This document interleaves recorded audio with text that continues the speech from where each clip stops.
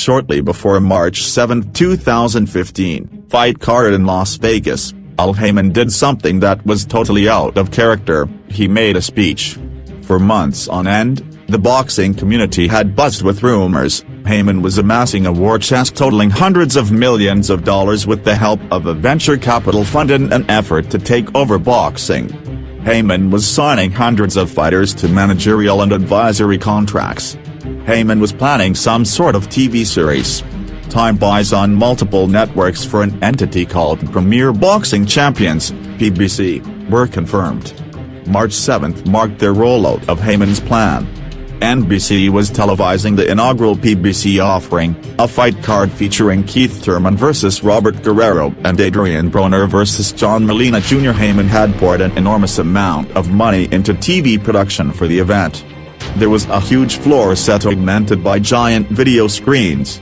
27 cameras had been set up to capture the action from every possible angle under enhanced lighting. 3 iconic sports personalities formed the core of the NBC announcing team. Al Michaels would host the telecast from a glitzy in-arena set while Marv Albert handled blow-by-blow chores and Sugar Ray Leonard served as an expert analyst. Layla Ali, B.J. Flores, Kenny Rice and Steve Smeger were also in the mix.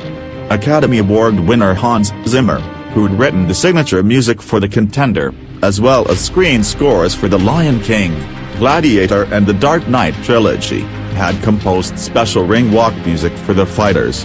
Haymon was challenging the established order of the sport. The final production meeting for the telecast was held in a meeting room at the MGM Grand. Al came in, a member of the production team recalls. There were 15 or 20 people there. He talked to us about the importance of boxing and his desire to revive interest in the sport. He said that everyone in the room should think of themselves as part of a team. He didn't talk for long, only a couple of minutes. But he seemed sincere, like this really mattered to him.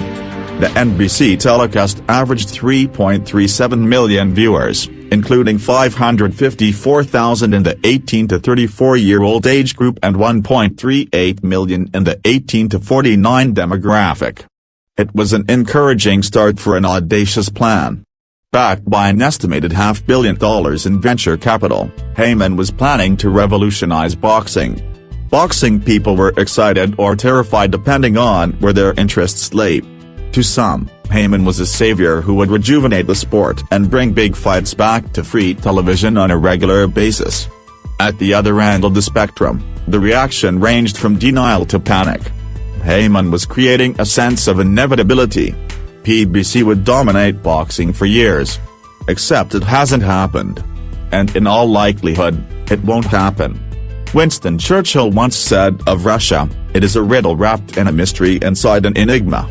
The same words could be used to describe Haymon.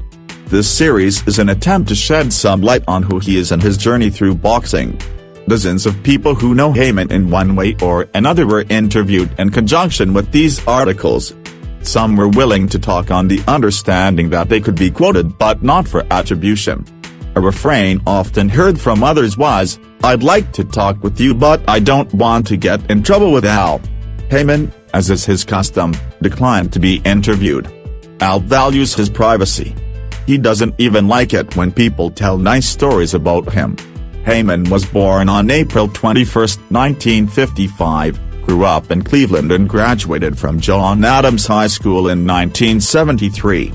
Don King graduated from the same school in 1951. King recalls that Haymon's father was a clergyman and that the promoter made occasional financial contributions to the latter's church programs. Haymon's mother was an accountant. In a rare 1994 interview with Ebony Men, Al recalled, "She was a role model for me to follow because she had built a small business, an accounting practice. It was very successful, and it was hers."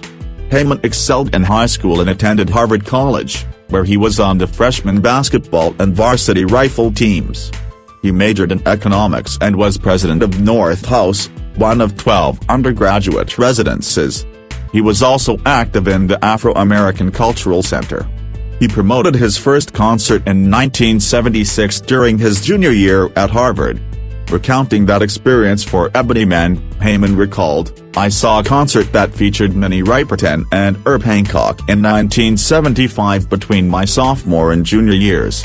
It seemed like something a person like myself, who had absolutely no money at the time and a lot of ideas, could venture into.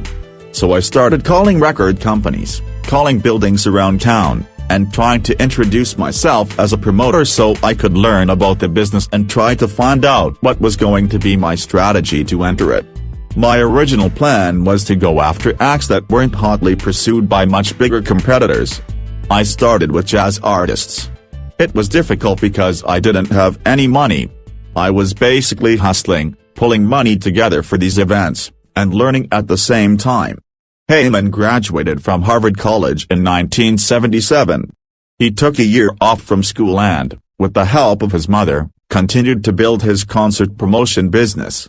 Then he returned to Harvard and, in 1980, graduated from Harvard Business School with a master's degree in business administration. In the years that followed, Haymon created more than a dozen companies to coordinate production, advertising, marketing and virtually every other facet of live concert promotion. He made his mark with national tours for superstars like Whitney Houston, Janet Jackson, MC Hammer and Boyz II Men and co-promoted Eddie Murphy Raw, which was the highest-grossing comedy tour and centerpiece of the highest-grossing comedy film ever up until that time. In 1992, he told USA Today that during the previous year he'd promoted approximately 500 shows that had grossed $60 million. Haymon is a complex man. People who've done business with him for years know next to nothing about his personal life, which is even more under the radar than his professional one. "I have no idea how Al processes emotion," one business associate says. "His tone of voice changes when he's angry, but that's the only sign I've seen." By all accounts, Haymon is devoted to his mother, who still lives in Cleveland. He visits her often and treats her well. When one talks with people who've done business with him, the following portrait emerges: brilliant, ambitious, driven, a good listener and observer. He soaks things up and synthesizes information well. Always 2 or 3 steps ahead of everyone else. Persuasive, patient, calculating, manipulative, extremely well-guarded, sophisticated, charismatic, gracious and charming when he wants to be, good at complimenting people in the little time he spends with them and making them feel good about themselves. Haymon is health-conscious, eats a lot of chicken and vegetables, and drinks cranberry juice mixed with club soda. "He isn't a let's go out for dinner together kind of guy," says someone who has done business with him for years. He likes classic old movies and good contemporary ones. In 2002, he established a non-profit corporation called the Black College Scholarship Fund.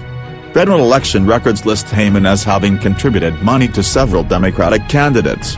He sold the bulk of his concert promotion business to SFX Entertainment in 1999. Then he cast her eye toward boxing. Haymon's business plan for premier boxing champions is as tightly guarded as the nation's nuclear codes. What's known is that he now conducts his boxing business through a web of corporate entities with different assets, liabilities and functions. These entities include Haymon Boxing LLC, Haymon Sports LLC, Haymon Holdings LLC and Alan Haymon Development Incorporated. He hates the unexpected, doesn't like to delegate authority and micromanages every detail. He gets what he wants and does things the way he wants. He has a talent for making people he does business with feel that they're close to him at a given point in time. But except for a core group, Sylvia Brown, Brad Owens, Sam Watson and Mike Rain, they aren't. Brown has been with Haymon since he was in business school in the late 1970s. She's smart, loyal and does much of his administrative work. Al trusts Sylvia more than he trusts any other person on earth outside of his mother, one business associate says. Owens is Brown's husband and handles myriad logistical chores for Haymon. Watson interacts with Haymon's fighters on a regular basis and does what he can as Al's representative to keep them happy. Rain, an attorney, functions as Haymon's de facto chief of staff and interfaces with providers of venture capital, television networks and other business allies. When Haymon has a target in the crosshairs of his mind, he's incredibly focused. He pushes relationships to the brink when negotiating and has a way of leaving people afraid that if they don't do what he wants, they're out. But he knows how to close a deal. Brian Clear ran ESPN's boxing program as Senior Director of Programming and Acquisitions from late 2013 through January 2016. He's now a part-time consultant for Haymon. Boxing has its share of swindlers, liars and thieves, Clear says. Al's word might be hard to get out of him. But once he gives it, he lives up to it. He always kept his word with me. There's a marked contrast between Haymon's enormous influence in boxing and his studied ghost-like presence. It would be wrong to say that he stays in the background. In most instances, he's not even in the picture. Haymon has an aversion to being interviewed by the media and operates largely out of public view. Like a master puppeteer, he pulls strings but seldom allows himself to be seen. He never wanted to be a public figure. Decades ago, he told Ebony Men, "I'm not trying to be a star. I'm trying to be a businessman." Tim Strubbe noted in a recent profile for Playboy that Haymon shuns publicity and attention like a vampire avoids sunlight. Very few photographs of him are available. On those rare occasions when someone gets close enough to ask for a selfie, Haymon's standard response is, "It's nice to meet you but I don't take pictures. I'm not trying to be a star. I'm trying to be a businessman." Haymon. As for the fights themselves, Haymon rarely watches from ringside, preferring to view the action from a private box or in an office inside the arena on a TV monitor. Leon Margulies, who promotes fights for Haymon, acknowledges, "Sometimes I see Al on site when I promote one of his shows, sometimes I don't. I know he's there. Al values his privacy," Margulies adds. He doesn't even like it when people tell nice stories about him. Haymon's aversion to publicity feeds into a collateral issue. He often seems scornful of and even hostile toward the media, particularly the boxing media. Haymon has an absolute right to not give interviews. But he has gone beyond that. For example, very few members of the boxing media were invited to the January 14, 2015, press conference at NBC that launched Premier Boxing Champions. Dan Rafael, perhaps the most widely read boxing journalist in the world, was among the uninvited. "I know Al doesn't like me," Rafael says. "And that's fine. There are people I don't like either. But I do my job as best I can and expect that basic professional courtesy will be extended to me. And I don't get that from Al." Greg Bishop, now with Sports Illustrated, was on staff at the New York Times when he began researching a story on Haymon in 2011. "I tried to introduce myself to him twice," Bishop recalls. "Each time, he said, 'Hey, nice to see you,' and turned away to talk to someone else." Dozens of people whom Bishop called either declined comment or failed to return his telephone calls. An attorney for Haymon went so far as to send a cease and desist letter to the Times while Bishop was researching his article. But it's not just the media that finds Haymon elusive. He often pulls people in and pushes them away as serves his purposes. Jim Thomas is best known in boxing circles as the attorney who guided Evander Holyfield through the most profitable years of Holyfield's ring career. "I had one dealing with Al," Thomas recalls. "I called him. He answered his cell phone. I said, 'Hi, this is Jim Thomas. I don't know if you know who I am.' And before I could get another word out, Al said, 'How could anyone in boxing not know who Jim Thomas is?' He was very gracious. I told him what I was interested in. Al said, 'Let me look at that and get back to you.' And that was it. I never heard from him again. Al never answered his phone when I called again and none of my calls were ever returned." Greg Cohen was Austin Trout's promoter when Trout brought Haymon in as an advisor. "At the beginning, it was good," Cohen says. "Al opened a lot of doors for us at the premium cable networks. Speaking from personal experience, he made me feel as though I was on his team. We only met in person once. That was at the W Hotel in Times Square before Austin fought Miguel Cotto at Madison Square Garden, on December 1, 2012. But we spoke on the phone regularly. Al is accessible when he wants to be. And then it got ugly. The moment Al didn't need me anymore, he cut me off. When Al wants you to, you can talk with him, says Gary Shaw, who, in the past, promoted some of Haymon's fighters. But you can reach Al when he doesn't want to be reached, and that's extremely frustrating when you're doing business together. You can't even email Al directly. You email Sylvia Brown, who presumably gives the message to Al. But Al can always say he never got it. He makes you feel like $1 million until he doesn't. Haymon's unavailability is an instrument of control. He seems to prefer control to equal partnerships. Even when I was the promoter of record, Greg Cohen says, there were times when I felt like a spectator. Al is a control freak, says another promoter who has worked extensively with Haymon. He hates the unexpected, doesn't like to delegate authority and micromanages every detail. He gets what he wants and does things the way he wants. More than a few times, and I'm paraphrasing now, Al has said to me, look, that's the way it has to be. Given the industries that Haymon is in, television and boxing, there's remarkably little transparency in the way he conducts business. A source with knowledge of the relationships between Haymon and NBC says that NBC executives asked to see the PBC business plan and he declined to show it to them. One NBC executive complained, he won't give us simple information that two people transacting business together would normally exchange with one another. Promoters who have worked with Haymon, and in some instances still work with him, voice similar sentiments. Al doesn't tell you what he doesn't want you to know. And if he doesn't want you to know something, he's pretty good at keeping you from finding out. In the end, it's Al who puts the pieces together. And the way he sets things up, we don't even know what the pieces are. Sometimes the only person who knows what Al is doing is Al.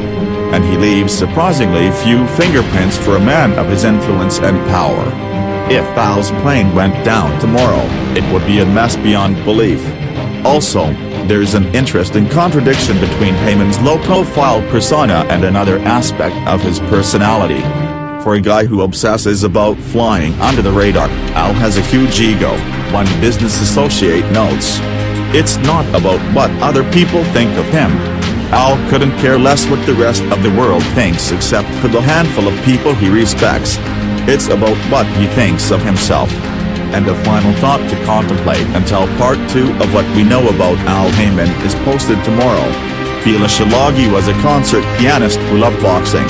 He and his wife amassed a video archive of fights that were televised between 1979 and 2015. To supplement their income, they sold copies of the videos to TV networks, promoters, managers and others who needed to study a particular fighter or fight.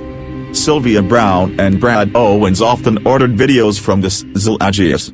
Many of these videos were of prospective opponents for Haymon's fighters. But they also ordered a highlight reel of knockouts followed by victorious fighters proclaiming, "I want to thank Al Haymon."